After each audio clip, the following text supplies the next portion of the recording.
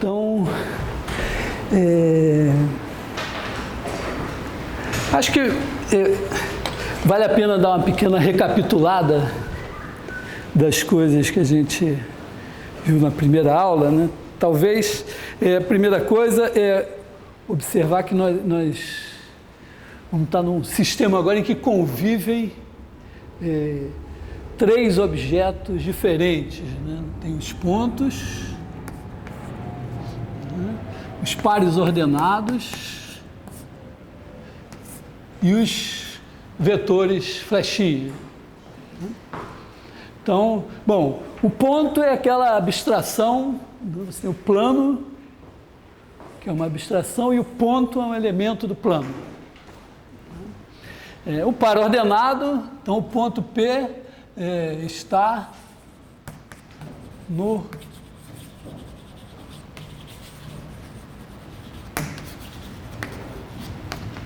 plano geométrico.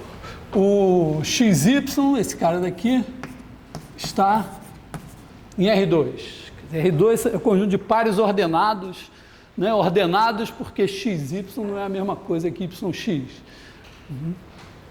E esse cara daqui, o R2 eu vou chamar eventualmente de plano virtual.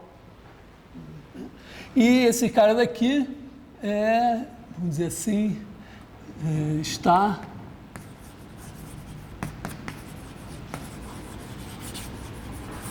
no conjunto dos vetores. Mas, na verdade,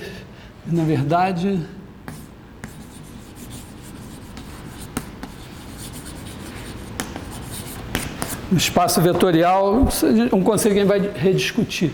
É claro que, bom, os pontos não são nenhuma novidade, né? O R2 também é novidade, os vetores para alguns, talvez, possam ser uma novidade. Vou só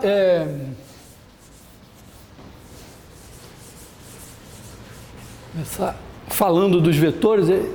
O que é um vetor, né? Eu gosto de dizer realmente que o vetor é uma flechinha, né? Mas entendendo o seguinte, né? Se você tirar uma paralela aqui, tirar uma paralela aqui, né? E marcar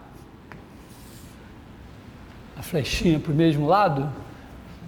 Então esse é o vetor V e esse aqui é o mesmo vetor V. Quer dizer, na verdade, assim, você pode começar dizendo, bom, uma flechinha é um par ordenado de pontos. Aqui tem um ponto A, um ponto B. Então, se eu escrever o par ordenado AB, eu já posso dizer, isso é uma flechinha.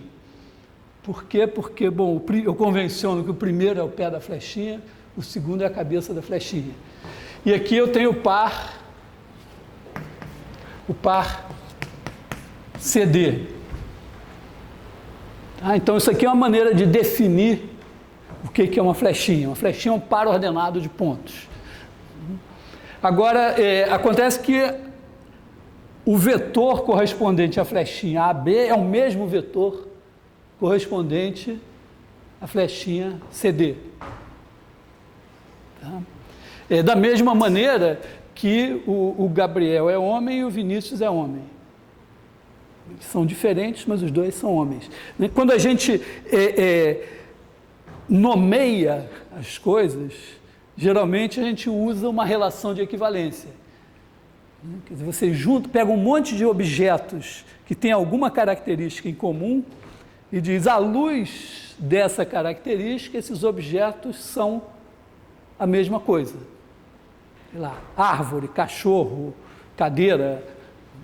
É assim que a gente nomeia as coisas. Então, uma relação de equivalência é uma relação, a gente chama, vamos dizer, a gente diz que a flechinha AB é equivalente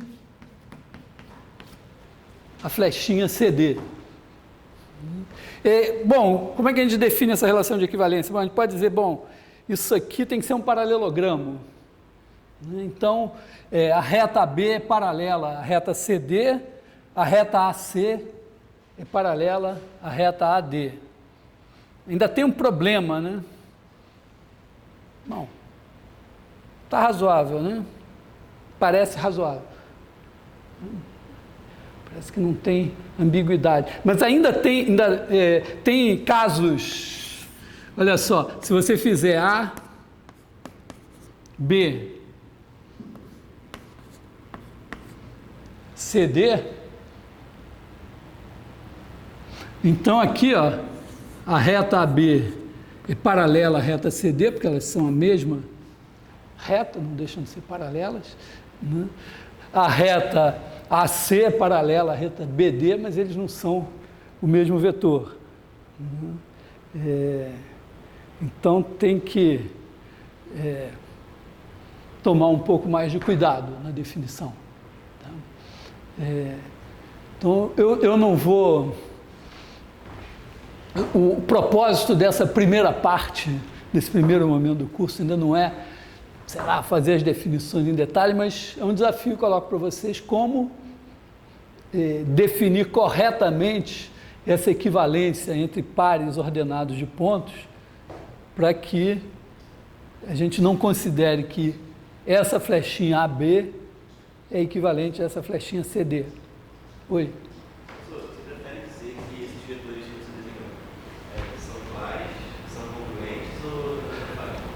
Não, congruentes são segmentos, né? Equivalentes são as flechinhas. O vetor é o mesmo.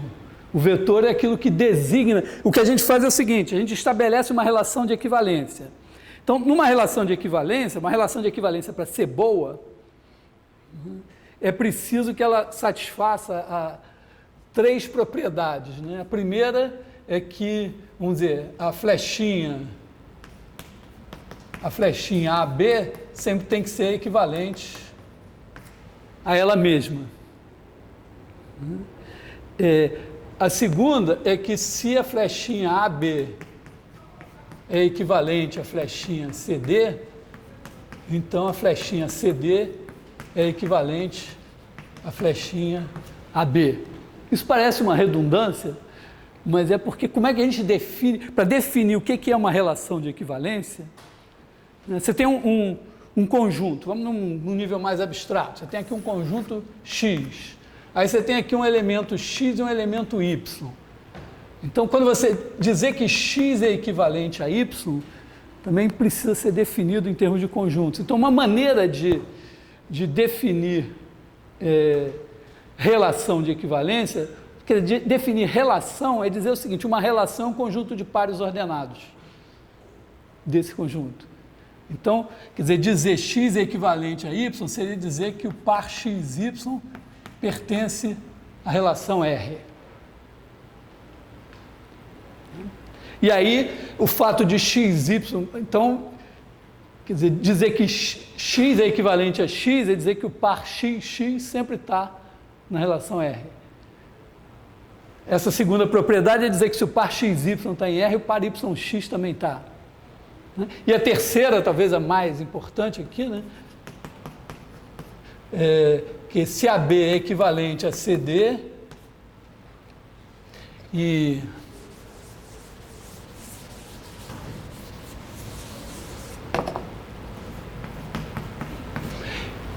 CD é equivalente a EF, então AB também é equivalente a EF. E vocês, para provar isso, a gente tem que gastar alguma geometria, porque significa que se essa flechinha e essa daqui representam o mesmo vetor, e se essa flechinha e essa daqui representam o mesmo vetor, então essa e essa representarão o mesmo vetor. Tá? Tem que gastar uma geometria aqui para provar isso. Tá? A nossa relação com a geometria sintética aqui nesse curso vai ser muito a seguinte: vocês estão entrando na universidade, então só entram na universidade depois de ter feito uma certa quantidade de anos de ensino, tipicamente uns 12 anos, sem contar o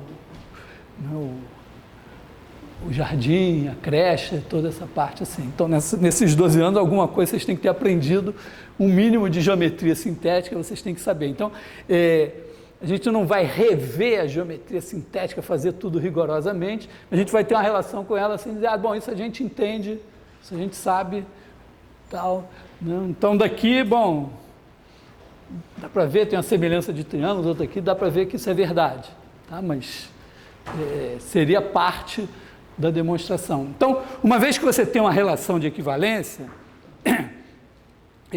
acontece o seguinte, você divide o seu conjunto em classes de equivalência. Então, a classe de equivalência dessa flechinha aqui, eu conjugo todas as flechinhas que são equivalentes a ela. Como toda flechinha, vamos dizer, numa relação de equivalência, como todo mundo é equivalente a si mesmo, todo mundo tem uma classe de equivalência, pelo menos ele está na classe de equivalência dele. E ninguém pode pertencer a duas classes de equivalência diferentes. Entendeu? Então, tem uma partição que divide o conjunto em classes, em que cada indivíduo pertence a uma e somente uma daquelas classes. Então, no caso aqui, as flechinhas têm isso. E aí você diz, no nosso caso aí, a relação de equivalência das flechinhas, você chama a classe de equivalência de vetor. Então, o vetor correspondente a essa flechinha é o conjunto de todas as flechinhas que são equivalentes a ela. É uma definição super abstrata, assim, quer dizer, ela é clara, a gente está... a biologia faz isso direto, né? Quando você... o primeiro passo da biologia é classificar as espécies. Dizer isso é rã, isso é sapo, isso é sei lá o que e tal. Né? Então, quem faz isso, mas é super complicado depois operar. Então, as demonstrações com classes de equivalência são chatérrimas, mas precisam ser feitas. Boa parte delas é óbvia, mas dá um certo trabalho. Eu não vou gastar muito tempo com isso. Em álgebra, vocês vão ver relações de equivalência também. As relações de equivalência vão estar muito presentes na nossa vida, mas elas não devem nos atrapalhar. Então, bom, estabelecido isso, a gente, vamos dizer, sabe o que é um vetor. E uma vez que a gente sabe o que é um vetor, a gente esquece essa história de relação de equivalência e diz que um vetor é uma flechinha que a gente pode transladar para qualquer ponto do plano. Tá? Importante, vetores podem ser multiplicados, os múltiplos desse vetor V são vetores que eu obtenho com o mesmo pé de V e com a cabeça nessa reta aqui. Quando eu multiplico por um número positivo, real, eu obtenho pontos aqui. Se eu multiplicar por 1, pouco, eu tenho uma coisa assim. Se eu multiplicar por menos 0, pouco, eu tenho um cara assim. Tá? E eu posso somar, pegar o vetor U, o vetor V, e aí repito o V aqui, e aí esse cara é o U mais V. E o V mais U seria pegar o V e botar o U aqui assim, e U mais V é igual a V mais U. Também é verdade, né, que se eu pegar aqui, fizer o 1, o 2, o 3, então se eu fizer o 1 mais o 2, o 1 mais o 2, e agora somar, fizer esse cara mais o 3, eu vou ter esse cara aqui, né? Esse é o 1 mais o 2 mais o 3. Mas eu posso também fazer o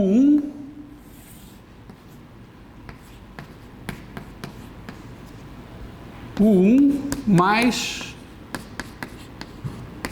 o 2 mais o 3 e dá o mesmo cara. Então a adição de vetores não só é comutativa, como é associativa. Em geral, operações em matemática, tem umas que não são comutativas, por exemplo, produto de matrizes, ou produto vetorial. Mas, se elas não forem, é bom que elas sejam associativas. Quando elas não são associativas, aí é mais chato de trabalhar. Bom, o fato da soma de vetores ser associativa também é um exercício interessante e não tão simples. É o seguinte: quando eu faço o 1 mais o 2 mais o 3 mais o n, aliás, é a mesma coisa com os números, né?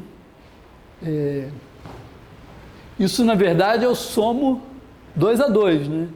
Então, eu tenho que botar o primeiro parêntese em algum lugar, o segundo parênteses em algum lugar. Então, isso aqui é igual a alguma coisa. Essa alguma coisa independe... Primeira pergunta, a quantidade de parênteses que eu preciso é sempre a mesma?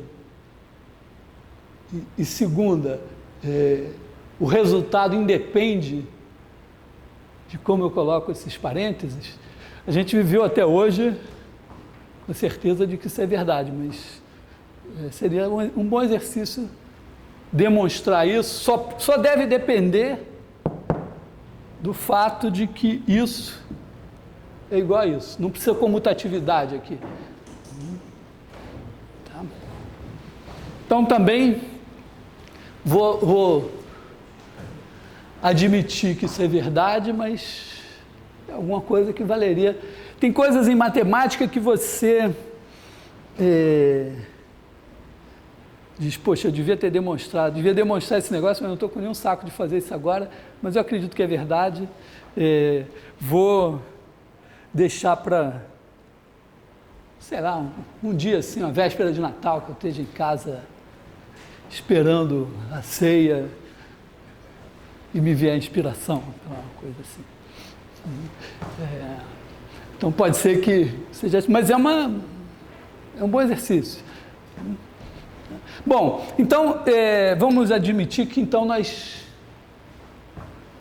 conhecemos os vetores. Tá? Quem ainda não tinha visto nada de vetores, considera que está apresentado. Tem perguntas assim, na hora, assim. Lembrando assim, tem um vetor nulo que é a flechinha AA.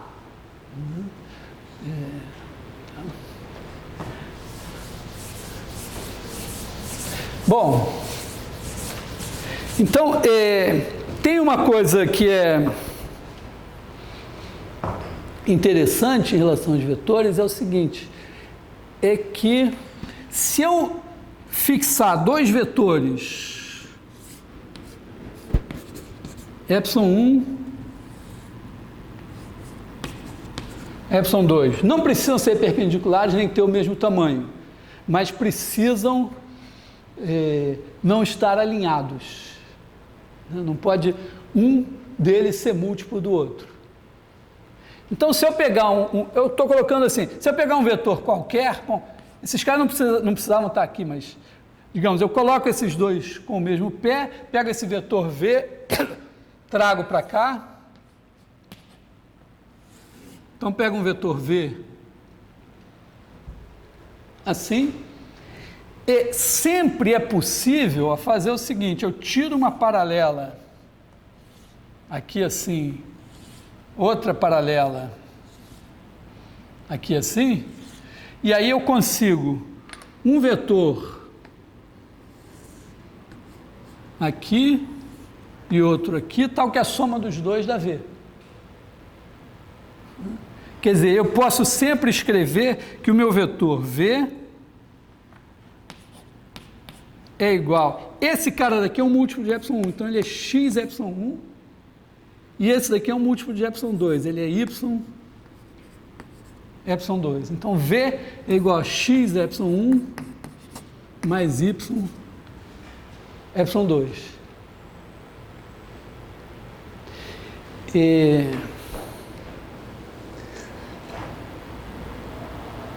Repara, esses números x e y, eles estão bem determinados.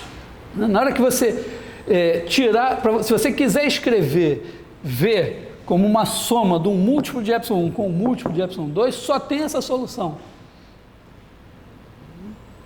E se você não escolher esse cara daqui, se você não escolher esse ponto, escolher qualquer outro ponto dessa reta, quer dizer, qualquer outro x, não tem depois como um múltiplo de ε2 somar e dar o v.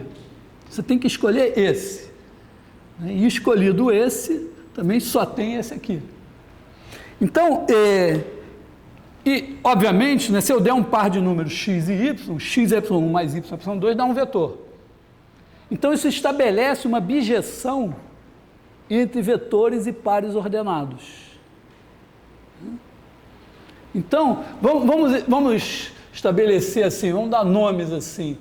O espaço, o conjunto dos vetores, eu vou chamar de Vzão. Então, Vzão e R2, que é o conjunto dos pares ordenados, tem uma bijeção desde que eu fixe um par de vetores assim, que eu vou chamar de base. Uma base para o conjunto dos vetores no plano é um par, na verdade é um par ordenado de vetores. Porque, claro, se eu pegar ε1 primeiro e ε2 depois, eu tenho par xy.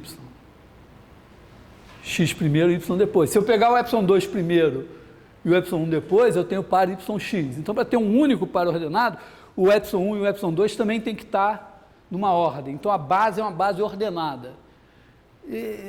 Eu acabo escrevendo assim, a base beta, ε1, ε2. Isso está errado, na verdade. Na verdade, devia dizer ε1, ε2, assim, tá? Para dizer que esse é o primeiro, esse é o segundo. Mas vou admitir essa licença poética, espero que fique claro assim. Acaba ficando claro, porque, claro, ninguém vai escrever. Se esse cara chama ε1, eu não vou botar ele depois do ε2. Tá? Mas, então, repara, a bijeção com R2 é, uma vez fixada uma base, ela é uma bijeção entre o conjunto dos vetores e o conjunto dos pares ordenados. Tá? Essa é uma bijeção sofisticada. Tem uma bijeção, todo mundo entendeu isso? Tem uma bijeção mais simples, que é a seguinte: se eu estabelecer uma origem O, então a cada ponto P eu posso associar o vetor OP, que os físicos chamam de vetor posição do ponto P. E claro, reciprocamente, se eu pegar, fixada a origem O, se eu pegar um vetor V, eu boto o pé do V aqui, e aí eu tenho um ponto Q. Então, se eu fixar uma origem, eu tenho uma bijeção entre o conjunto dos vetores e o conjunto dos pontos do plano. O espaço plano, eu vou chamar de E. Então, aqui eu preciso de uma base, aqui eu preciso de uma origem.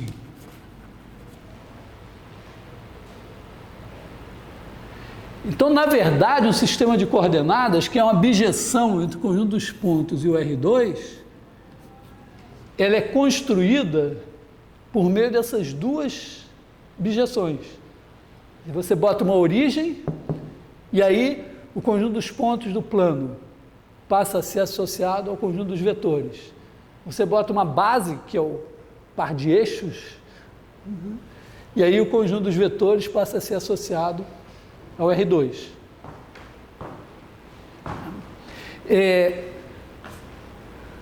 Para fazer geometria analítica, quer dizer, para usar o que a gente tem de álgebra, de conhecimento sobre números para fazer geometria, a gente precisa pensar os objetos geométricos aqui em R2. Por isso eu chamo esse cara aqui de plano virtual. Vamos dizer, esse aqui seria o plano geométrico, esse aqui é o plano virtual. Mas a relação entre os dois é intermediada pelo espaço dos vetores. E no fim das contas, o que acontece? Eu vou pegar um par ordenado xy e eu vou ter uma origem fixada. Então, ao par ordenado xy corresponde ao mesmo tempo um vetor e um ponto. Uma vez que eu tenho a origem O fixada, a base ε1, ε2 fixada, se eu der um par xy, então eu pego x ε1, y ε2, levanto a paralela aqui, outra aqui, e aí eu tenho esse vetor que é x ε1 mais y ε2, e ao mesmo tempo eu tenho esse ponto aqui. Então, o par ordenado xy, ele designa ao mesmo tempo esse vetor e esse ponto. Isso é o mistério da Santíssima Trindade. O ponto, o vetor e o par ordenado, que são coisas diferentes, que vivem em conjuntos diferentes, mas que na nossa cabeça vão ser uma coisa só.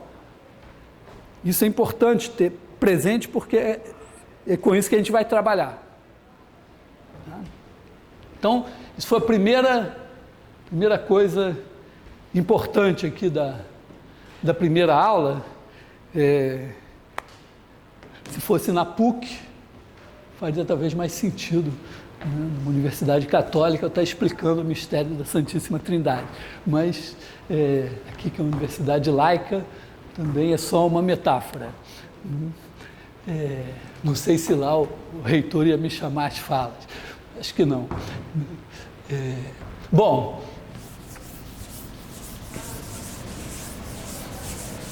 tem uma coisa importante também nessa relação entre os vetores e os pares ordenados, que eu não destaquei, que é o seguinte: assim como os vetores são somados, os pares ordenados, né, se eu tiver um par x1, y1, e multiplicar por um número t, isso aqui vai ser tx1, ty1. Se eu pegar o x1, y1 somar com o x2, y2, isso aqui vai ser o x1 mais x2, y1 mais y2. E o que é interessante é o seguinte, que se eu pegar aqui o vetor ε1, o vetor ε2. E aí, eu pegar o vetor, sei lá, V1 e o vetor V2. Então, ó, eu formo aqui o vetor V1 mais V2. As coordenadas dele são essa daqui, essa daqui.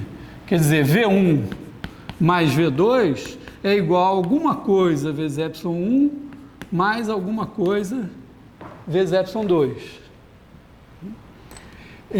Agora, observa que o V1, ele é V1 é igual a x1 ε1 mais,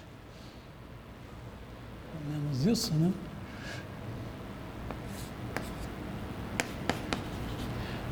Mais x2 mais y1 ε2. E o V2, o V2 eu vou trazer ele para cá. Então ele é isso aqui, isso aqui.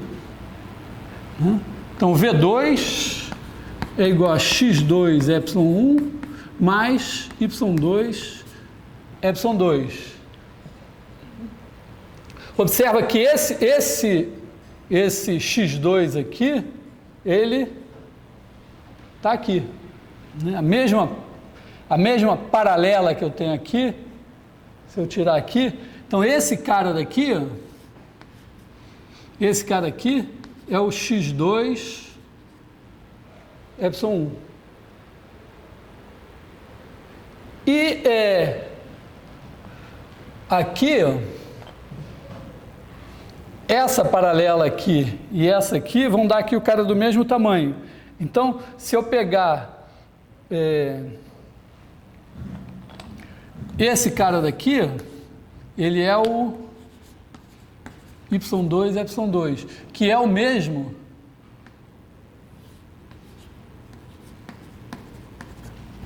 que está aqui. Então, ocorre esse fato muito importante, né? É que V1 mais V2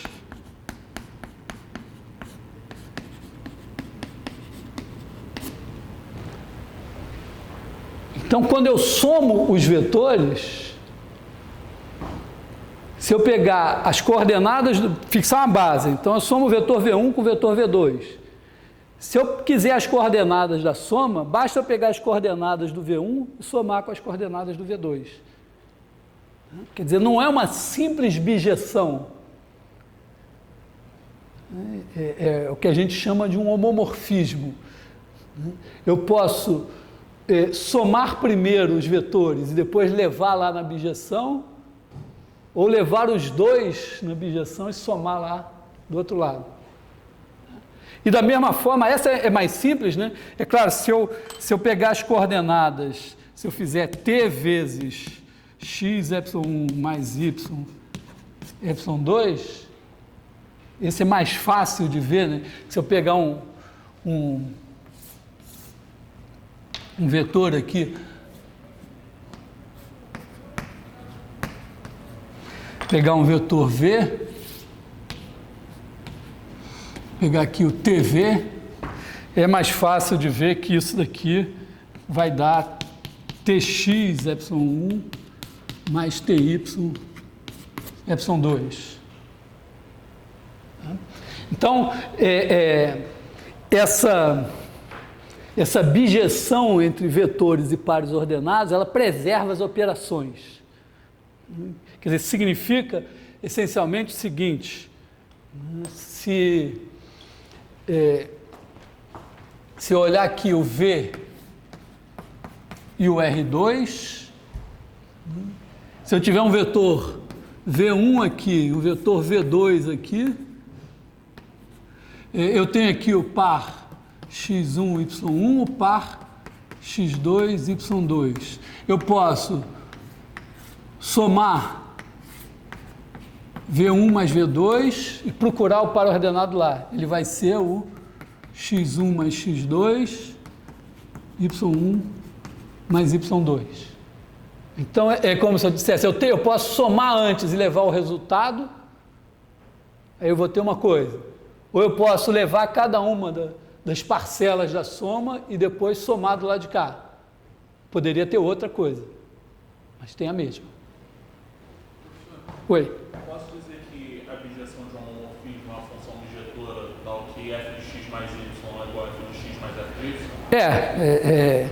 Nesse caso, é mais ainda como tem uma outra operação, que é a multiplicação por escalar, ela também, nesse caso, ela tem, né, quer dizer, f de x mais y é igual a f de x mais f de y. E, quer dizer, sendo que essa soma aqui está num conjunto e essa soma aqui, na verdade, isso aqui é uma soma, isso aqui é outra soma. No nosso caso aqui, essa soma de vetores, essa é a soma de pares ordenados. Mas aqui também ainda tem isso, né? F de tx é igual a t f de x. Esse produto é um, esse é outro. Exemplo que, infelizmente, cada vez mais a gente encontra em provas de cálculo, de coisas que não satisfazem isso, né? Raiz quadrada de a mais b não é raiz quadrada de a mais raiz quadrada de b, mas de vez em quando a gente encontra em prova essa igualdade estranha. E segundo um colega meu, a gente não pode dizer simplesmente, o cara fez uma besteira, tira meio ponto. Não, às vezes o cara não sabe mesmo, é a última chance de você chamar, tem que chamar ele e dizer, olha, isso aqui... Então, não é verdade, e esse é um fato importante, né? As funções, em geral, não têm essas propriedades tão boas. Essas que têm essas propriedades são as funções lineares, são funções simpáticas. Vale a volta também, se a função é linear, então ela tem essas propriedades. Se ela tem essas propriedades, então ela é linear. Não é nem que vale a volta, isso é uma definição. Tá? Bom,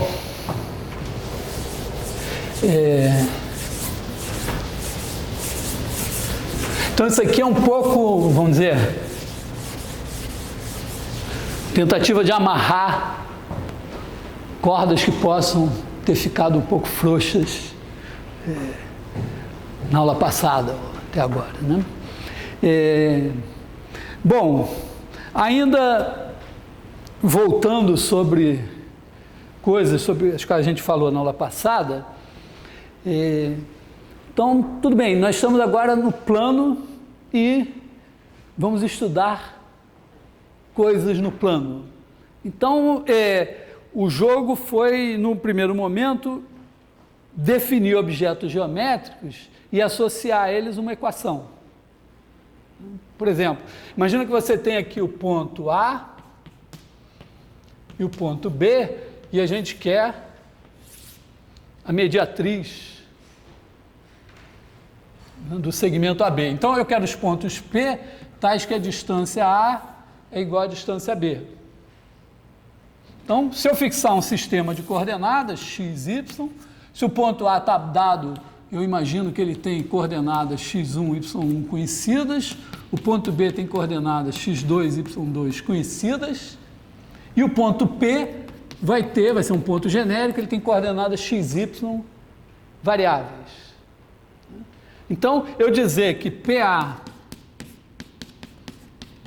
é igual a PB, se traduz como? Eu pego a distância de P a A, vai ser x menos x1 ao quadrado mais y menos y1 ao quadrado, raiz quadrada, é igual a x menos x2 ao quadrado mais y menos y2 ao quadrado, raiz quadrada, que é PB. Então, essa equação aqui define esse conjunto mediatriz. Eu gosto desse exemplo porque ele também nos mostra uma coisa. A gente sabe que a mediatriz é uma reta e que a gente sabe que uma reta é dada por uma equação do tipo ax mais y mais c igual a zero. Essa equação está disfarçada aqui assim. Mas se vocês trabalharem, levarem ao quadrado e cortarem os x2 e os y2 que vão aparecer aí, vai aparecer uma equação do tipo ax mais by mais c igual a zero. Dá para ver? Eleva ao quadrado, tem um x2 aqui, tem um x2 aqui, corta, tem um y2 aqui, y2 aqui, acabam os termos do segundo grau e pronto. Mas também é fato o seguinte, que um objeto não tem uma equação. Ele pode ter equações diferentes. Oi? Eu posso fazer vetorialmente também, falando com o vetor AB, mas o vetor PB é igual ao vetor AB. Vetor AP... não, né? Porque se você pegar isso aqui, ó, né, esse vetor mais esse daqui também dá esse. Então, a ideia de que você poderia definir dizendo este vetor mais esse é igual a esse, não funciona. Tá? Então, bom, mas eu queria destacar o seguinte fato, né? Em geral, nós temos uma propriedade geométrica e ela se traduz por uma certa equação.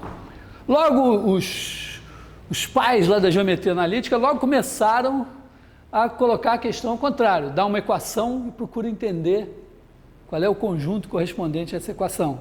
Então, em princípio, você poderia pensar assim, uma equação é uma coisa do tipo f de x, y igual a zero. Você pega uma função de x e y, qualquer coisa, né?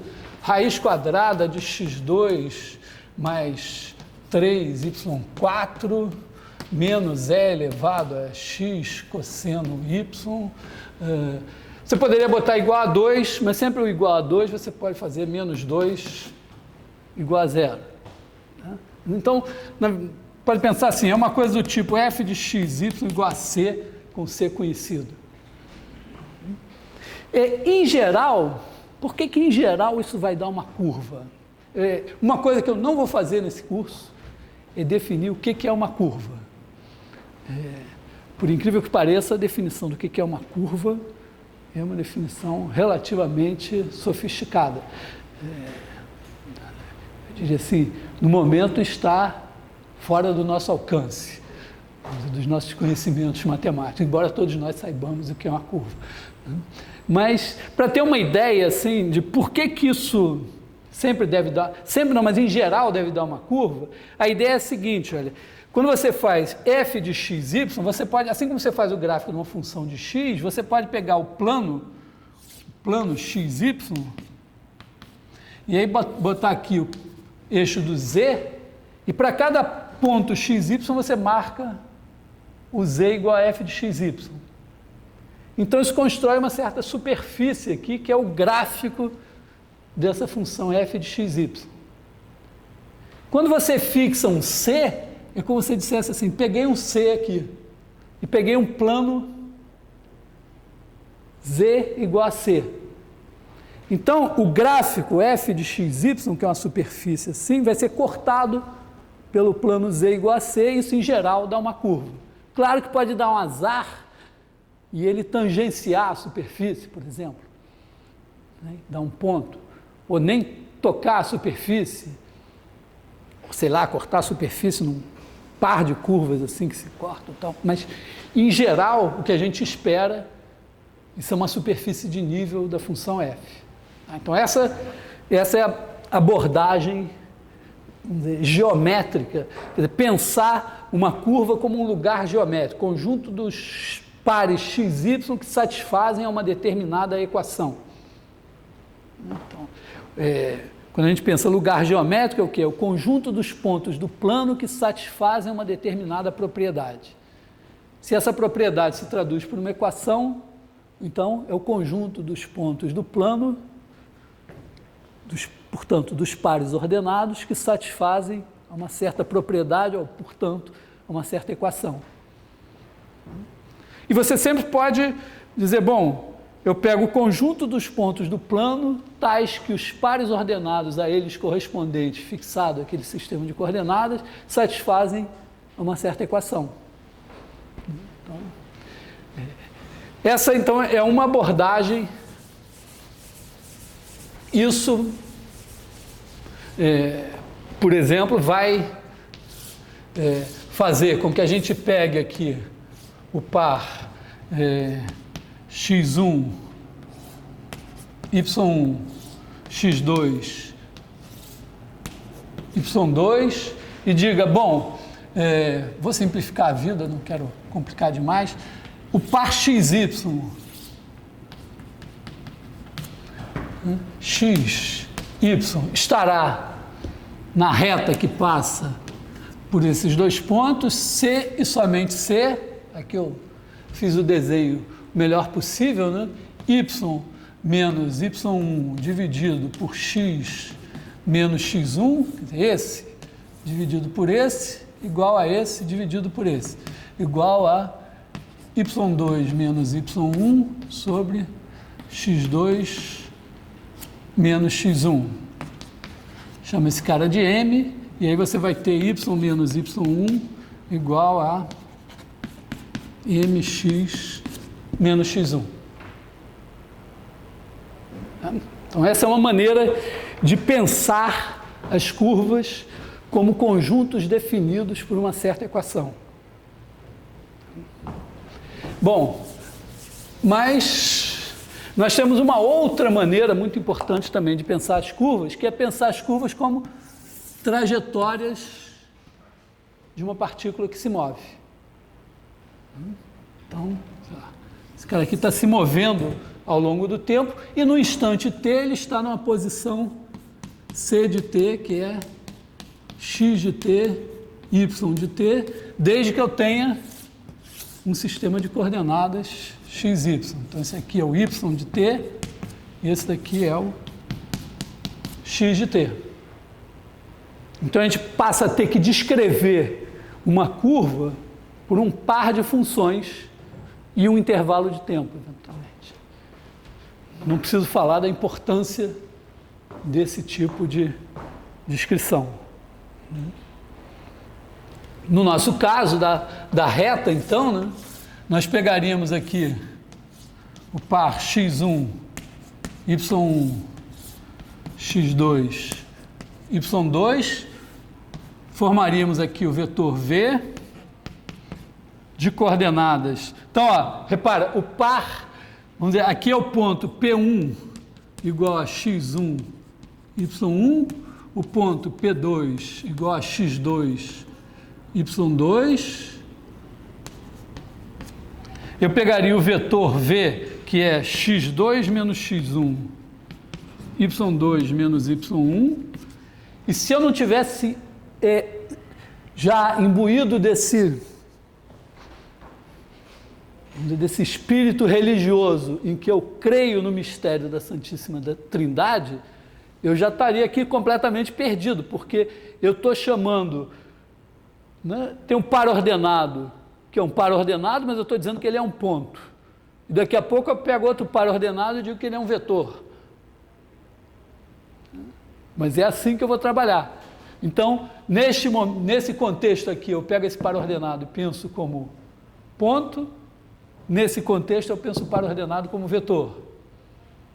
E aí, se eu quiser um vetor, um ponto P da reta, ele vai ser obtido como? Eu pego o par ordenado, P vai ser x1, y1, que é esse ponto aqui, ao qual eu vou somar um múltiplo desse vetor, mais t vezes x2 menos x1, y2 menos y1. E aí, na medida em que t varia em r, de menos infinito a mais infinito, eu vou percorrer todos os pontos da reta. Tá legal? Bom. E, claro, isso nos permite também fazer animações, né? Quer dizer, se eu quiser fazer um ponto andar daqui até aqui, eu pego o intervalo de tempo correspondente, digo, bom, vou fazer todos os pontos dessa reta correspondentes ao intervalo tempo A até B. E se eu quiser desenhar isso, programar isso no computador, não tiver um software que faça isso para mim, eu pego lá o intervalo AB, parto em pedacinhos, o número de pedacinhos vai depender de, vamos dizer, quão boa vai ser a ilusão. Bom, aí temos que saber qual a fração de segundo que a gente deixa de perceber que houve dois pontos diferentes. O cinema, tradicionalmente, usa 24 avos de segundo, poderia ser mais. Isso tem razão, aí entram razões fisiológicas e tecnológicas, né? O que é aceitável do ponto de vista de criar a ilusão de movimento e o que é factível do ponto de vista tecnológico e econômico. Claro, você pode dizer, isso dá para fazer, mas custa uma fortuna, então vamos fazer um pouco pior, mas que vai custar mais barato e ainda assim vai funcionar. Então é mais ou menos esse pé que nós estamos. Aqui, voltando lá para os nossos exemplos do final da aula passada, né? Nós começamos na aula passada, então, a lidar com situações em que nós queremos ver a trajetória de um ponto que está amarrado em um objeto que se move. Tipicamente, vamos dizer, o exemplo, primeiro, foi o segundo, mas podemos pegar ele como primeiro, né? A gente pega uma roda, já bota o sistema de coordenadas direto, mas talvez devesse pensar assim, tem aqui o chão, tem uma roda, tem um ponto marcado aqui, e agora essa roda vai rodar aqui sem deslizar, e eu quero saber como é que esse ponto, qual é a curva que esse ponto descreve. Então a maneira é, bota um sistema de coordenadas assim, e num certo momento eu vou estar nessa posição aqui. E aí uma ideia para lidar com isso é dizer o seguinte, bom, eu posso localizar o meu ponto a partir da posição do centro, que se move claramente sobre uma reta assim, né? Então eu quero saber onde está o centro e depois localizar o ponto sobre esse círculo. Então é como se eu dissesse, bom, eu tenho um círculo que está andando de uma certa maneira no plano e o ponto que está se movendo sobre esse círculo. Então eu decomponho o meu movimento em dois. Bom, um parâmetro razoável para a gente usar é esse ângulo, né? Esse ângulo, sei lá, aqui, né? Esse ângulo, vamos chamar assim de θ, que vamos estabelecer que o nosso círculo aqui tem um raio, um certo raio R. Isso aqui, o meu ângulo é θ. Bom, para nós, salvo menção em contrário, quando fala um ângulo θ, θ é sempre razão entre comprimento de arco e raio. Então, significa que esse comprimento de arco aqui é R vezes θ. Quando eu ando esse tanto aqui, então esse tamanho daqui tem que ser Rθ. Quer dizer, esse ponto daqui saiu e esse outro daqui veio parar nessa posição. Então aqui tem Rθ. Muito bem, aqui, então esse ponto daqui que eu posso chamar de, sei lá, chamar essa origem aqui, vamos chamar de O de T, né? O de θ, então O de θ é igual a Rθ, R, que é essa altura aqui. Né? São as coordenadas desse ponto, Rθ, R. Esse tamanho daqui, R. E agora, como é que eu localizo esse ponto daqui? Então, a ideia que eu pensei, que me parece razoável, é a seguinte: esse ponto está rodando aqui assim. Então, em relação a algum sistema de coordenadas, ele está sobre um círculo. E o θ no instante inicial é 0 e eu estou nessa posição aqui. Em relação a essa origem, eu pensei num sistema de coordenadas assim. Porque aí, no θ igual a 0, eu estou aqui. Então aqui, esse sistema de coordenadas teria por base, vamos supor que o R é menor que 1, esse cara daqui é menos E2, e esse cara daqui é menos E1. Tá? Onde E1 é igual a 1, 0, e E2 é igual a 0, 1. E aí, cada vez que eu tenho um ângulo θ aqui, o vetor posição é cosseno θ vezes menos E2, mais seno θ vezes menos E1. Então, quando eu tiver nesse θ aqui, esse cara daqui vai ter esse vetor esse vetor aqui, que eu vou chamar de V de t, V de t vai ser cosseno θ vezes menos E2 mais seno θ vezes menos E1. Vê se vocês conferem aí que eu posso estar errando, hein? Eu minto muito. Aliás, uma coisa importante, assim, quando você está assistindo aula, não acredite no professor. Tem duas coisas que o professor faz, eu faço também. Uma é mentir. Às vezes a gente mente de propósito, e geralmente a gente mente sem saber que está mentindo. E a outra pior é a seguinte: a gente quer botar todo mundo pensando igual a gente. Então eu quero sempre que vocês pensem igual a mim, porque é mais fácil para mim. E vocês têm que continuar pensando pela cabeça de vocês, pensando diferente de mim. Então vocês têm que resistir bravamente a essas minhas tentativas de emburrecer vocês.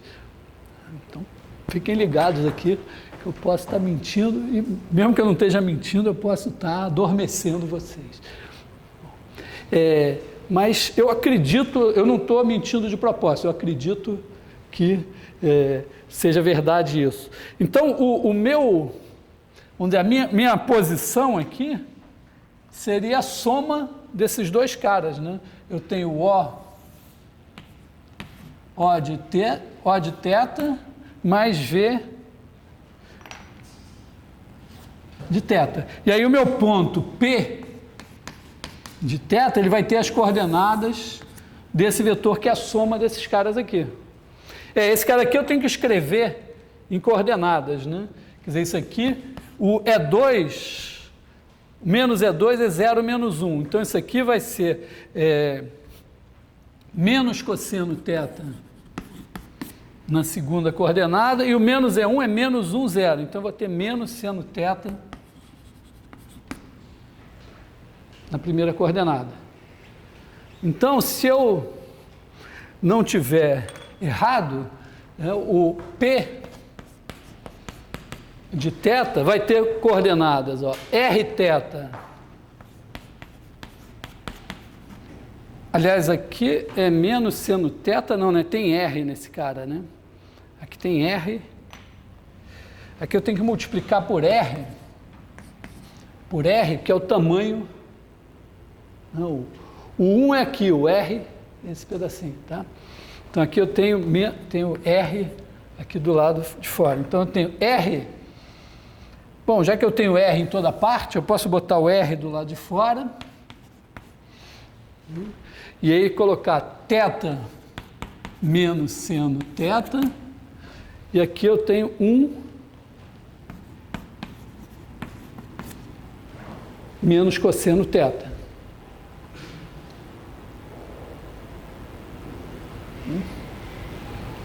Pelo menos tem uma coisa razoável. Será que está razoável isso?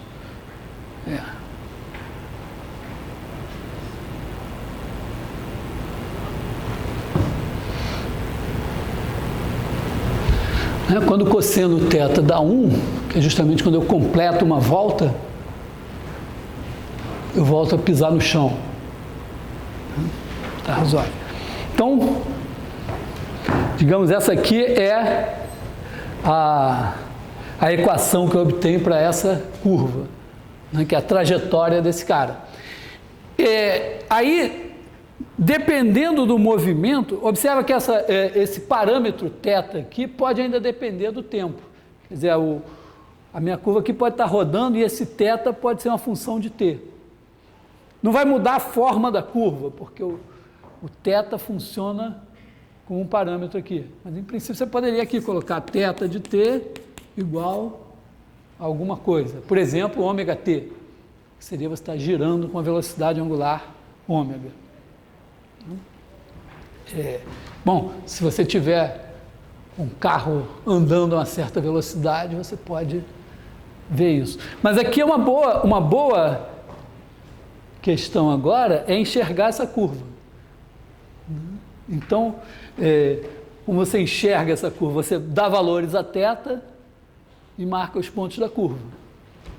Ou, já que temos um software, você pode pegar lá no software, no GeoGebra, por exemplo, né, e mandar ele desenhar essa curva para você. Essa curva se chama cicloide. Não sei se vocês conhecem.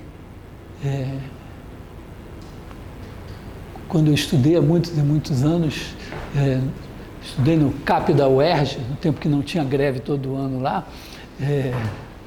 Aliás, nem dá para ter saudades, eram os tempos da ditadura, nem podia ter greve. Mas eu aprendi essa curva no primeiro ano do ensino médio de desenho geométrico. E a gente tinha que traçar ponto a ponto. Não era, vamos dizer, a gente não fazia a equação. Em desenho geométrico você vai pegando as diferentes posições desse círculo, marcando os pontos e depois une os pontos.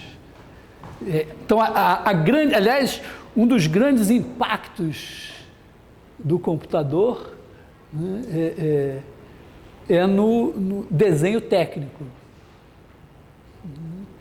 A geometria analítica entrou na matemática no século XVII. Mais ou menos, aí entrou o cálculo tal, rapidamente, em matemática a gente passou a fazer geometria usando equações. E a geometria sintética ficou mais ou menos como um background, uma coisa assim. Mas ter equações nunca foi uma coisa efetiva para desenhar. Então a geometria sintética ficou lá entrincheirada, uma fortaleza, que era o desenho técnico, o desenho de arquitetura, o desenho de engenharia e tal. E quando o computador passou a permitir que a gente fizesse desenhos usando equações, isso mudou totalmente o desenho técnico, o desenho de arquitetura. Então aqui, vamos dizer, eu ainda sou um sobrevivente dessa época, eu aprendi a desenhar cicloide com régua e compasso. Hoje em dia para vocês, não, agora chega na equação e manda traçar a curva. Confere se a equação é essa mesmo e manda traçar a curva. Bom, isso aqui pode ser usado em diversas situações, né? A gente sempre pode imaginar situações, aquela outra situação em que você tem o cara rodando aqui dentro, é a mesma coisa. Quer dizer, você pode imaginar, em geral, a seguinte situação. Você tem um sistema de coordenadas fixo, que é o seu sistema de referência. E você tem um ponto andando, mas pode ser que esse ponto andando, ele seja mais bem descrito por meio de um sistema de coordenadas que se move. Então aqui, ó, você tem a base E1, E2. E aqui você pode ter uma base que muda, que é ε1 de t, ε2 de t. Vamos imaginar que, com sorte, essa base é uma base ortonormal, quer dizer, são dois vetores unitários e ortogonais também. Mas ela pode estar rodando. E tem uma origem aqui, né? O de t que se move. Então, você tem aqui um ponto que você quer descrever aqui, que é o ponto P de t, mas o ponto P de t pode ser que ele fique mais facilmente descrito se você pensar assim, ó, tem aqui esse vetor, que é o O de t, né? E tem aqui um outro vetor, digamos assim, V de t. E a ideia é a seguinte, imagina que você consiga escrever O de t, saber as coordenadas de O de t aqui nesse sistema. Então, O de t é dado por coordenadas, sei lá, x0 de t, y0 de t. Os vetores ε1 e ε2 terão que ter cada um as suas coordenadas em relação a esse sistema, conhecidas. Então, aqui você teria que ter ε1 de t igual a A11 de T, A21 de T. E o ε2 de T igual a A12 de T, A22 de T. Esses índices aqui não são inocentes, tá? Tem a ver com a matriz. Mas, e aí o vetor V de T, ele pode ter coordenadas, sei lá, U de T, V, não, U não, né? Vamos chamar de x0, y0. Aí eu vou usar umas letras, Xi de T, eta de T. Xi é uma letra grega que mais ou menos você sabe há quanto tempo o cara estuda matemática pela capacidade que ele tem de desenhar um Xi. Não vale ser estudante de arquitetura nem de belas artes e tal. Então o V de T, ele seria um Xi de T, ε1 de T, mais eta de T, ε2 de T. Então, se for mais simples você descrever o movimento de O, quer dizer, saber quem são x0 e y0 como funções de T,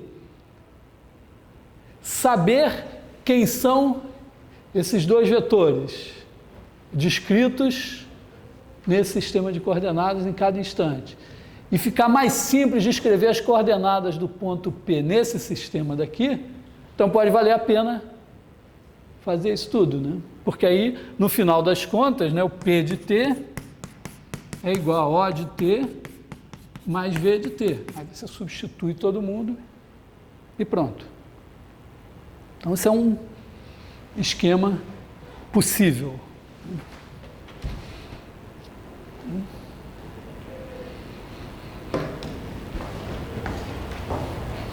Bom, acho que podemos falar de transformações agora. Posso apagar isso? Está tranquilo?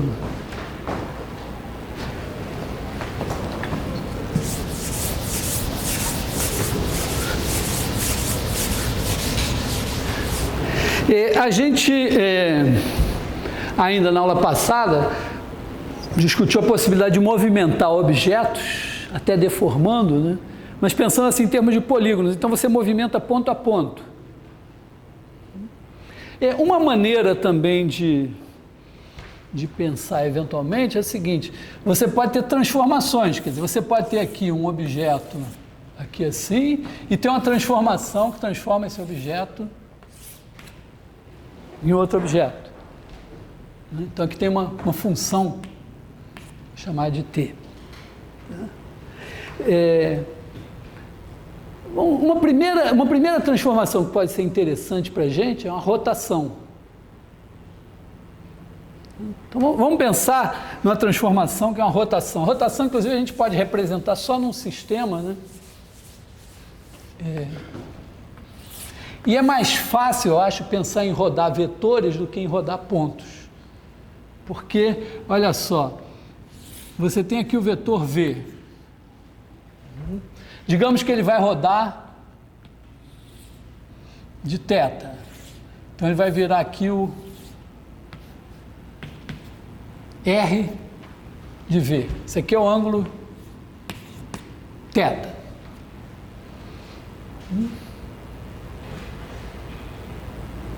Uma maneira,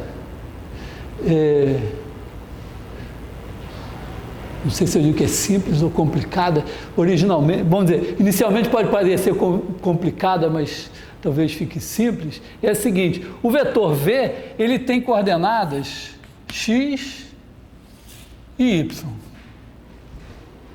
E o vetor R de V vai ter coordenadas, então V é igual a xy, RV tem coordenadas desconhecidas. Mas, pensa no seguinte: se eu, em vez de pensar que só o V está rodando, mas pensar assim, que isso aqui é um vidro, com um furo aqui, preso no quadro com um prego, E o V está desenhado no vidro. E o meu sistema de coordenadas também está desenhado no vidro. Aí eu giro o vidro, o V gira e vem para cá, mas o sistema de coordenadas também gira. Então, eu teria, vamos dizer, um sistema de coordenadas. Aqui tem o θ, né? Aqui tem o mesmo θ. E esse cara daqui, ó, nesse sistema de coordenadas, as coordenadas do V são as mesmas. O desenho pode estar eventualmente ruim, mas as coordenadas são as mesmas. Quer dizer, pensando da seguinte maneira, nesse sistema de coordenadas aqui tem o E1 e o E2. E aí o meu V é igual a x é 1 mais y é 2. Quando eu rodo, o E1 vira o ε1 e o E2 vira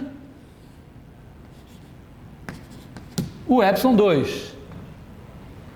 Né? O ε1 nada mais é que o R de E1 e o ε2 nada mais é que o R de E2. É um rodado, é dois rodados. Só que o meu V é igual a o R de V, na verdade, né, é x ε1 mais y ε2.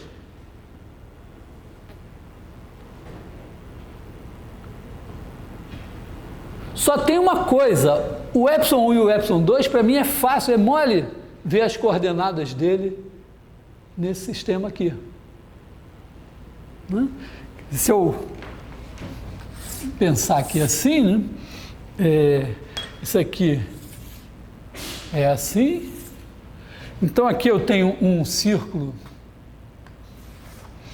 unitário, aqui está o E1, aqui está o E2, aqui está o ε1 e aqui está o ε2, que é o R de 2. Ora, o ε1, ó, isso aqui é cosseno θ. Esse ângulo aqui é θ. Então, ε1 tem primeira coordenada, cosseno θ. Segunda coordenada, seno θ.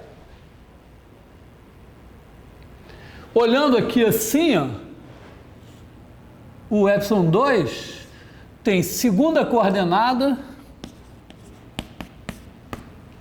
cosseno θ. E primeira coordenada seria seno θ, só que está para cá, então menos seno θ.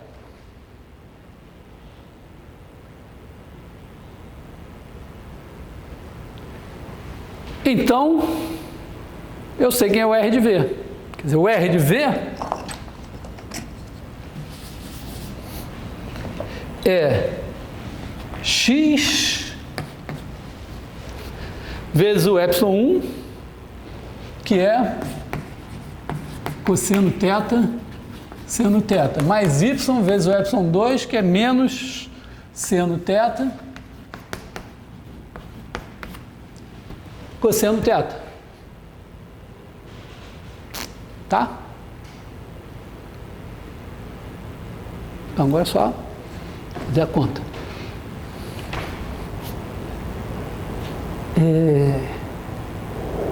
Eu vou escrever isso de uma outra maneira. Vou observar o seguinte, olha, que na verdade essa rotação ela tem a seguinte propriedade. Ó. Se eu pegar aqui o vetor V e multiplicar por T, TV, e rodar este do ângulo θ e este do mesmo ângulo θ, esse aqui é o R de V, esse daqui é o R de TV. E ele é T vezes o R de V. Porque, na verdade, é o vidro que está rodando, a figura permanece a mesma. Da mesma forma, né, se eu pegar aqui o vetor V1 e o vetor V2,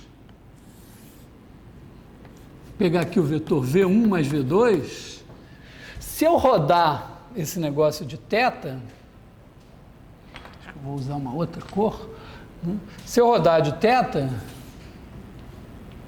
eu sei que esse cara vem parar aqui, que esse aqui também vai rodar de θ. Então aqui eu tenho o R de V1 mais V2. Aqui é o R de V1. E esse cara daqui?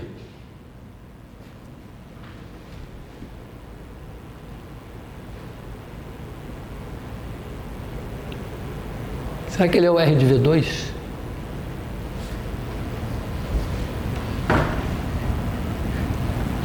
Será que esse ângulo aqui é o mesmo θ?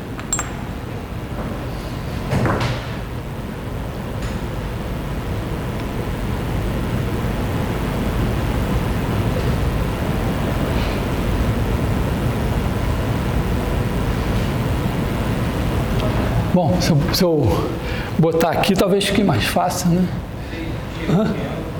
Se eu botar o V2 aqui, ó,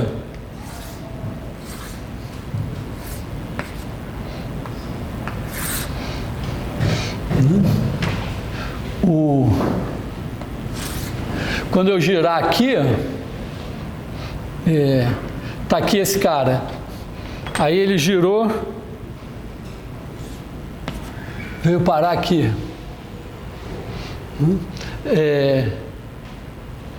Tem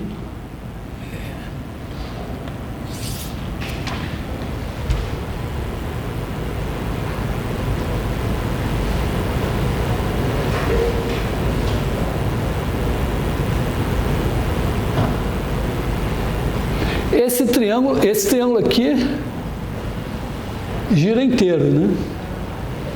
Então, deixo para vocês verificarem que, de fato, ó, pelo fato de que esses ângulos aqui são preservados, esse cara daqui é o rodado desse também. Quer dizer, a questão é porque aqui é relativamente... Aqui é fácil ver no ângulo reto, mas em geral é verdade isso. Ó. R de V1 mais V2 é igual a R de V1 mais R de V2.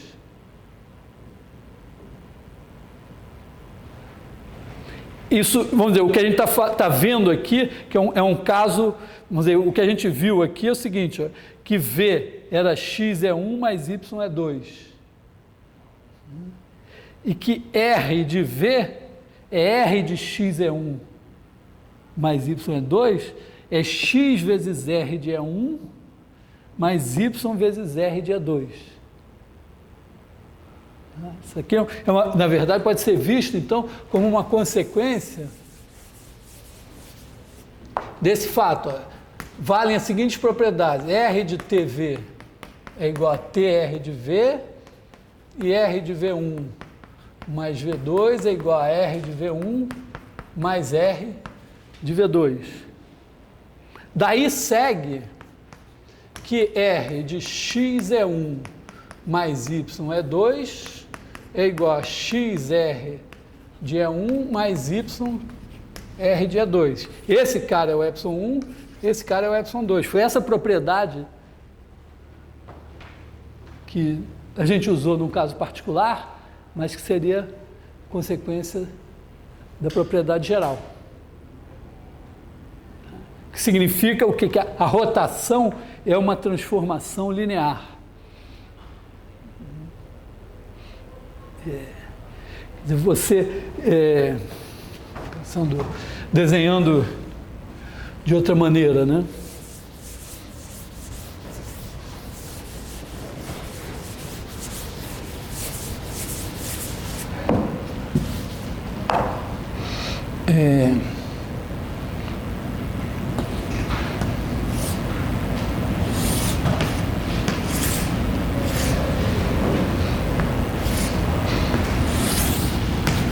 Aqui, ó, V1, V2. Aí, quando você roda, digamos aqui, você rodou o V1, rodou, não sei se está bem desenhado, o V2,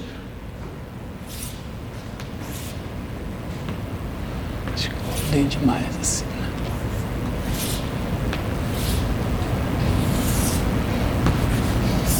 Então aqui é RV1, RV2, então aqui é V1 mais V2,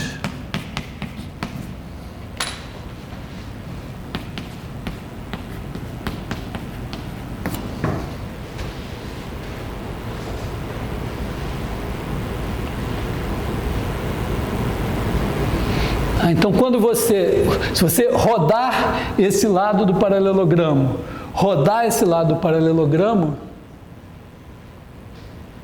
a diagonal roda igual. Essa é a propriedade, tá? É isso daqui. Então essa transformação, o fato é o seguinte, essa transformação, rotação, é uma transformação linear. Isso nos permite obter o quê? Tá legal? Tá claro isso aqui? Acho que vale, depois em casa, uns 5 minutos, 15 minutos, meia hora, 1 hora, 2 horas, sei lá, o tempo que for preciso, para ver se você realmente acredita nisso. Mas então o fato foi esse, ó. Eu tinha V igual a X é 1 mais Y é 2, aí eu tenho RV igual a R de X é 1 mais Y é 2, isso fica XR de 1 mais YR é 2. Só que esses dois eu consigo determinar facilmente. Tá? Eu vou usar notação em pé. Isso é X, o vetor é 1, se escreve assim, 1, 0. Tem a vantagem de não usar vírgula, mais Y, 0, 1. Isso daqui vai virar X, bom, o R é 1, a gente viu, era cosseno θ, seno θ. E o R de 2 é menos seno θ, cosseno θ. Tá? Isso daqui a gente também, isso agora é uma definição, isso daqui é, por definição, o produto da matriz cosseno θ, seno θ, menos seno θ, cosseno θ, pelo vetor xy. Então, quando você multiplica essa matriz por esse vetor, você pega x e multiplica pela primeira coluna e soma com y multiplicado pela segunda coluna. Isso permite dizer, bom, então a rotação é dada por essa matriz. Quer dizer, quando você tem esses caras assim. Tá?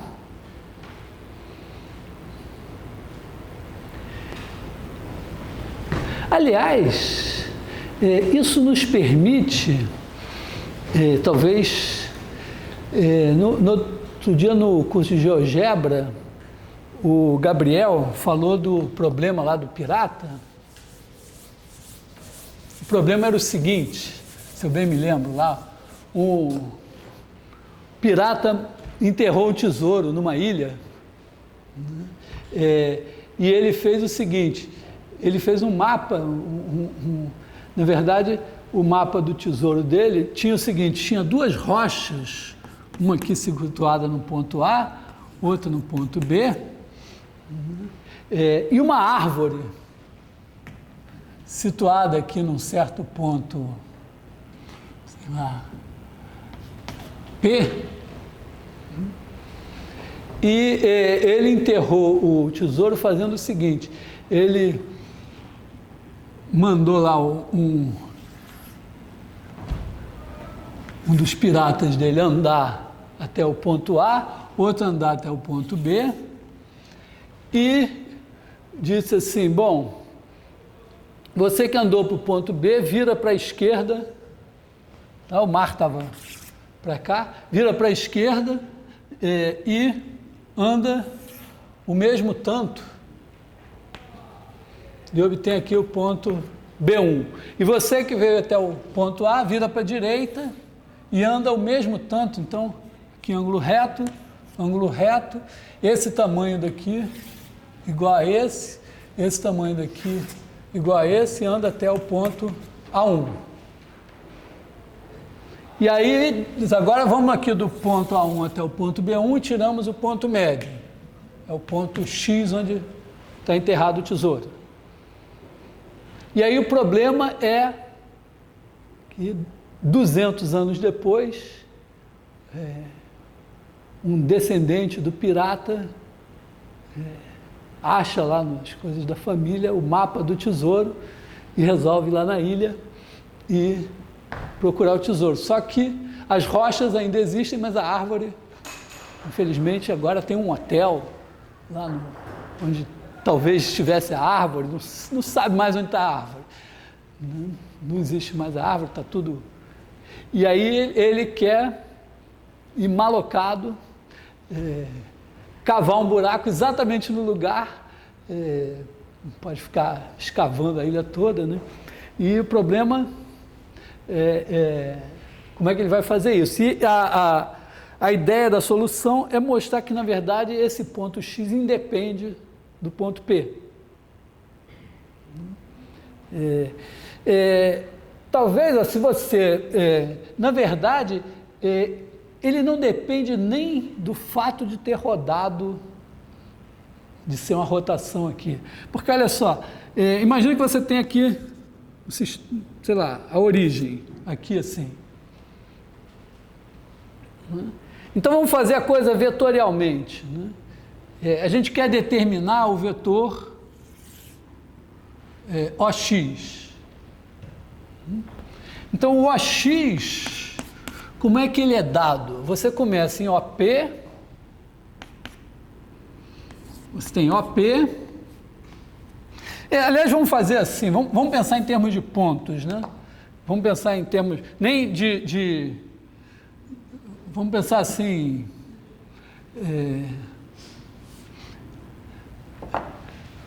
vamos pensar em termos de pontos, quer dizer, você tem aqui tudo bem, pensa assim, o OX, aí você começa em OP,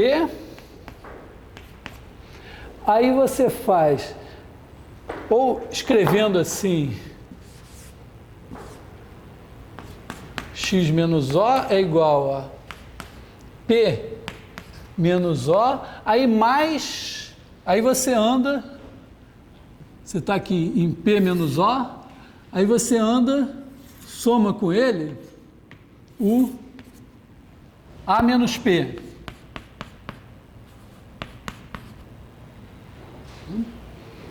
E aí você aplica aqui a rotação, uma rotação de 90 graus, no mesmo vetor A menos P. Esse vetor aqui, é esse vetor aqui, A menos P, rodado de 90 graus. Vamos dar mais espaço assim. Na verdade, vai ser a metade disso mais o outro, né? Porque o ponto médio aqui, quando você tem aqui, você tem um ponto, outro ponto aqui, se você pegar esse vetor posição, fizer a soma, o ponto médio é a metade da soma. Então você soma esse cara daqui, agora com esse daqui, é P menos O que você tinha aqui, mais B menos P. Agora, só o problema é o seguinte, ó, essa rotação, quando você roda 90 graus para um lado, rodar 90 graus para o outro é menos, o vetor que você obtém é menos o vetor que você obteria rodando para o lado. Então, aqui é menos R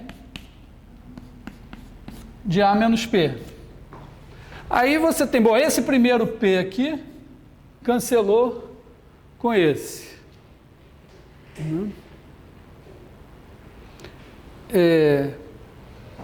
Aqui você tem A, aqui, então aqui você vai ter x menos O é igual, bom, tem um O, tem um menos O aqui, né? Que é menos meio de O, menos meio de O. O P aqui cancelou com P também.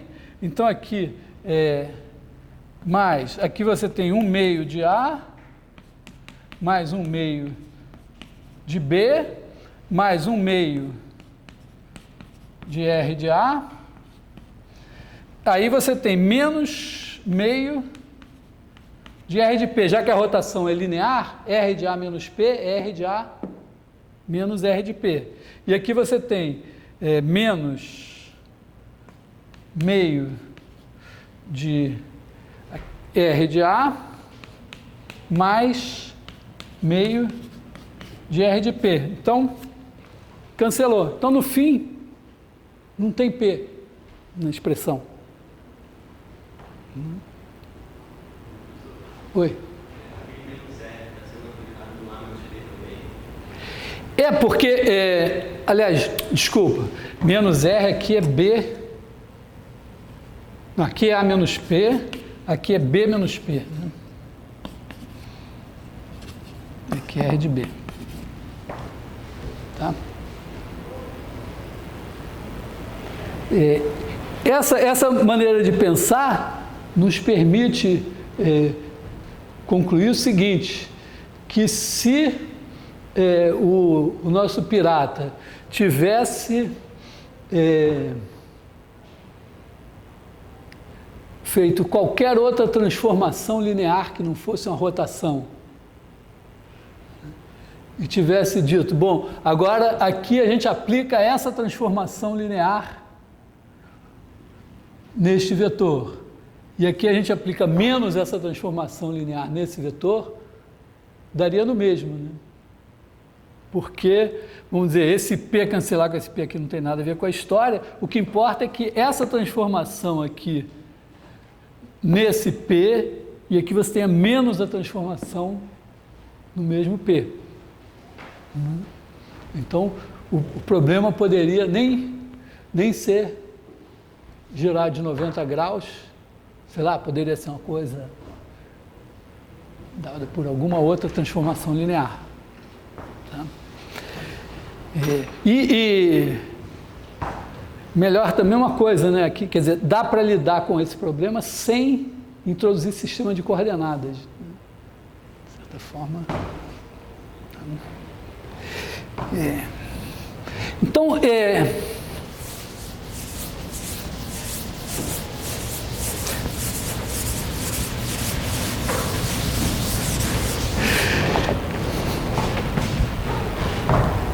a rotação é um caso, é um tipo de transformação. Tem outra, eu não vou fazer, vou chamar a atenção para o seguinte, imagina que você tem uma transformação T, né, T do espaço dos vetores no espaço dos vetores, que satisfaça as seguintes propriedades, T de TV igual a T de V para todo T pertencente a R para todo V pertencente a Vzão, e T de V1 mais V2 é igual a T de V1 mais T de V2 para todos V1 e V2. Vou botar assim, para ser bem viado. Aqui é para todo par de vetores V1, V2 no produto cartesiano do espaço por ele mesmo, vale isso aqui. Então, uma transformação desse tipo é dita, T é dita linear, né? Se T tem essas propriedades. O que tem de interessante, uma coisa interessante na transformação linear é que ela funciona da seguinte maneira. Você tem aqui o sistema de coordenadas. Então, você tem aqui, pode fixar a base E1,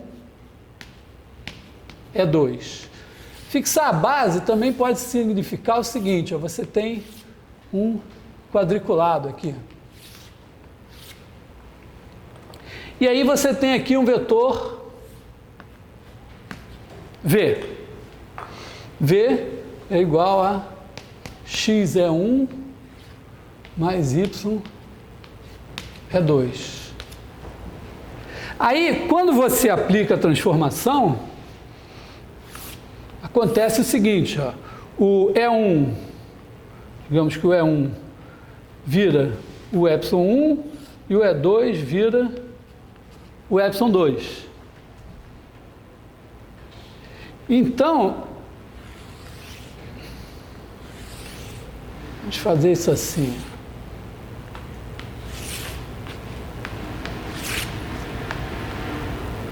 Olha que caiba aqui dentro, não sei. Né? O nosso V, ó, ele estava entre... Então, o T de V é igual a T de x é 1 mais y é 2. Isso daqui vai ser xt de E1 mais yt de E2, que é igual a xy1 mais y2. Esse aqui é o t de E2, esse aqui é o t de E1. Como é que eu localizo esse cara? O x está entre 2 e 3, então aqui eu ando entre 2 e 3, mais ou menos por aqui.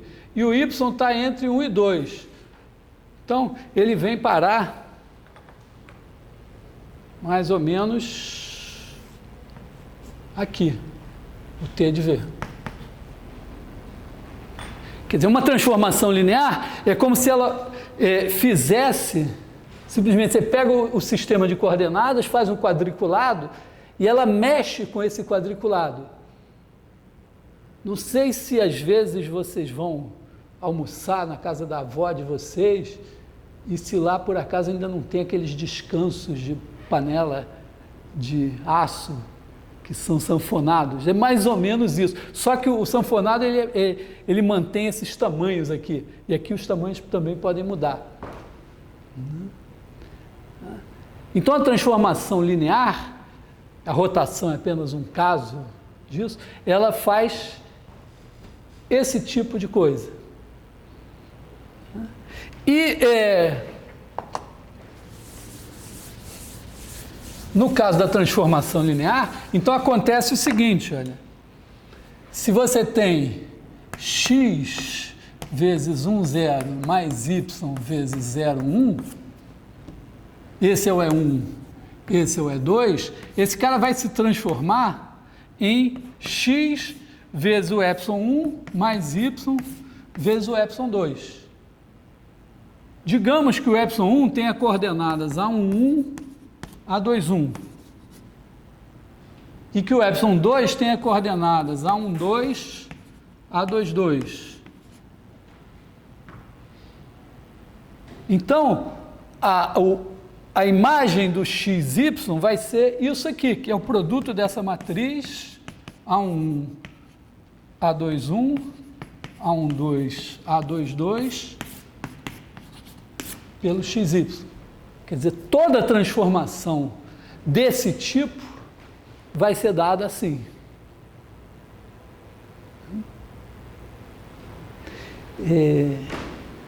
Tá claro? Tem uma implicação muito interessante e importante nisso, que é o seguinte: a gente sabe que isso daqui, vamos dizer, isso vai ser, digamos que isso daqui seja, que eu chame esse cara daqui de, sei lá, B1, B2.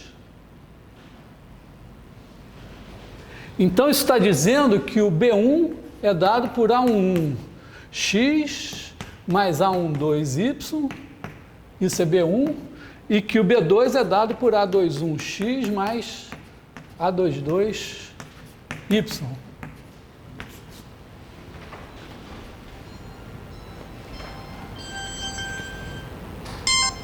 Estou dando aula. Tá? Então, se a gente está, vamos dizer, se a gente dá um par B1, B2 e quer achar o XY correspondente a ele, a gente quer resolver esse sistema.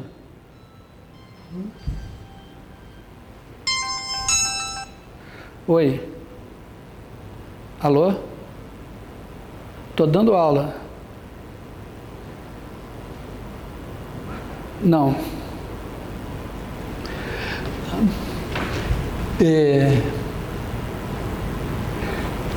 Então tem uma relação entre o problema algébrico de resolver esse sistema e essa geometria toda aqui, né? Quer dizer, o estudo desse sistema linear está associado ao estudo dessa transformação linear aqui. Então a gente tem a possibilidade de pensar geometricamente a questão da solução desse sistema. A primeira coisa que salta aos olhos aqui, olha, quando esses dois vetores, ε1 e ε2, são assim e não assim, quer dizer, o termo técnico é linearmente independentes, quer dizer, nenhum dos dois é múltiplo do outro, a imagem desse negócio é o plano todo. Se por acaso eles colapsarem assim, a imagem vai ser uma reta. Bom, poderia ser os dois fizeram, mas em princípio uma reta.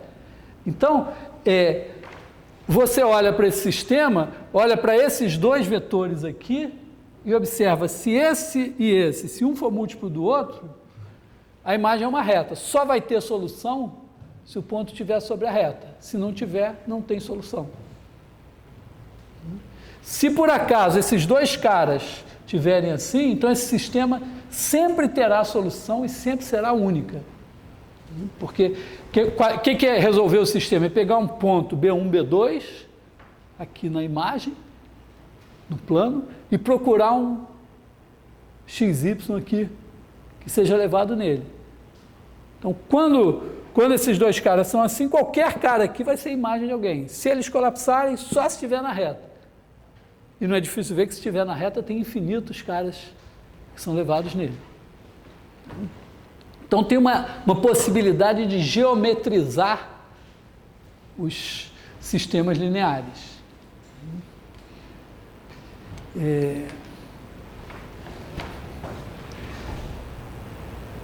Bom, é claro que nem toda transformação é assim, mas as rotações são o primeiro exemplo.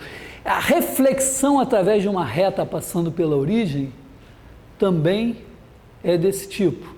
Quer dizer, reflexão é mais ou menos, é até mais, talvez mais claro, né?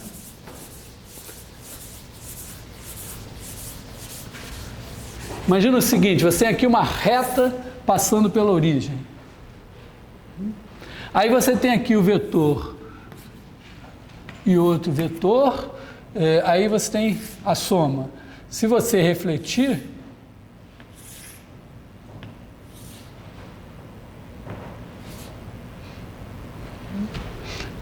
esse vetor refletido e esse vetor refletido, a soma vai refletida. Também, bom, reflexão do múltiplo do cara é o múltiplo do refletido. Então, se você pensar a transformação que seja uma reflexão, também você vai ter R de TV, vai ser TR de V, e R de U mais V, vai ser R de U mais R de V. Consequentemente, basta, imagina que você tem um sistema de coordenadas, tem a sua reta aqui. Digamos que essa reta faz um certo ângulo θ aqui. Então, o nosso problema agora é pensar assim, está aqui o E1, está aqui o E2. Bom, onde é que vai parar o refletido do E1 e onde é que vai parar o refletido do E2?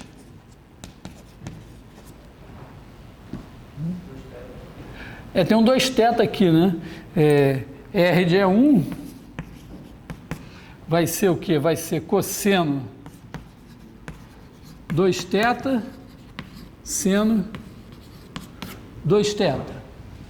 Se a gente não quiser pensar muito, né? Quer dizer, se a gente já souber uma coisa, quando você gira o cara de 90 graus,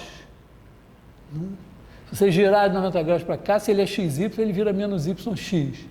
Se ele gira para cá, ele vira Y menos X. Então, aqui, sem pensar muito, eu acredito que o R de E2 vai dar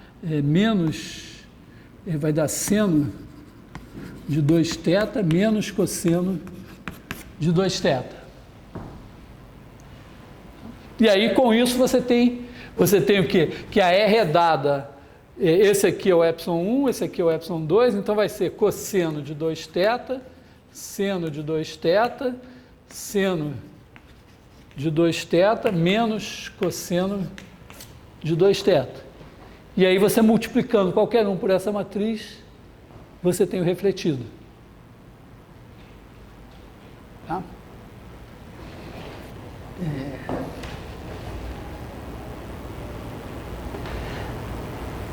A reflexão, mas a rotação pode nos... Oi?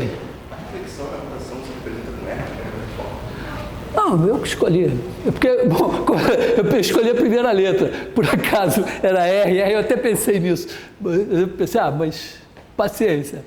Né? Na hora que elas forem entrar no sistema para escolher seu nome de usuário e senha, o sistema vai dizer, não, já tem o usuário R, você vai ter que ser o RO, sei lá, coisa assim. Mas o nome a gente não tem muito padrão. Poucas coisas em matemática tem padrão, sei lá, a letra I geralmente é usada. Mesmo assim tem gente que usa J, o pessoal de eletrônica costuma usar o J para o número complexo tal, que é elevado ao quadrado a menos 1. A rotação pode nos ser útil também numa coisa, né? Imagina que você quer fazer uma coisa e rodando devagarinho. Lá o ponteiro do relógio. Imagina assim, você quer pegar esse cara daqui e ir fazendo ele rodando. A rotação que a gente fez foi no sentido trigonométrico, né? Rodando. Você pode fazer uma rotação num ângulo pequenininho e iterar. Imagina que você quer rodar num ângulo θ, assim. Você pode dividir o θ, fazer um alfa igual a θ sobre n e aplicar n rotações de alfa. Então, você pode fazer uma coisa assim, você pega cosseno alfa, seno alfa, menos seno alfa, cosseno alfa, e aí você pega o seu vetor inicial, sei lá que tem coordenadas x, y, multiplica por essa matriz, ele roda para cá, multiplica o resultado por essa matriz, ele roda. Então, você vai iterando a rotação. Pode ser uma maneira É um pouco assim. Claro, você poderia também ir variando, pensar assim, não, esse cara daqui é R, agora esse R é esse tamanho daqui, vou chamar de L. L, ele poderia ser um L cosseno φ, L seno φ, né? Onde φ é esse ângulo aqui com a horizontal, e aí você fazer o ângulo variar de φ até φ mais θ, né? Então aqui seria φ mais θ. Então você poderia pensar assim, ó, eu faço L cosseno T, L seno T, e faço T variar de φ até φ mais θ. E aí divide o intervalo φ até φ mais θ em N pedacinhos. Aí você tem que ver o que é mais caro, o que é melhor, o que é pior. Porque aqui, em cada passo, você vai ter que calcular o cosseno e o seno do ângulo correspondente. Tem um custo computacional. Claro que hoje o custo computacional é ínfimo, mas tem um custo. O custo aqui seria calcular em cada passo o cosseno e o seno. Aqui você teria um custo inicial de calcular o cosseno e o seno do seu alfa, e depois a cada passo o custo de multiplicar o vetor por uma matriz. É claro que o mesmo resultado você teria aqui se você pensar que a cada passo o cosseno e o seno são obtidos do anterior somando alfa. Então você pode usar a fórmula de seno e cosseno para somar alfa. Bom, deixa como uma observação, é que usando essa coisa da rotação, dá para mostrar aquelas fórmulas do cosseno de A mais B e do seno de A mais B. São fórmulas, mas volta a isso. Hoje vamos ficar aqui, né?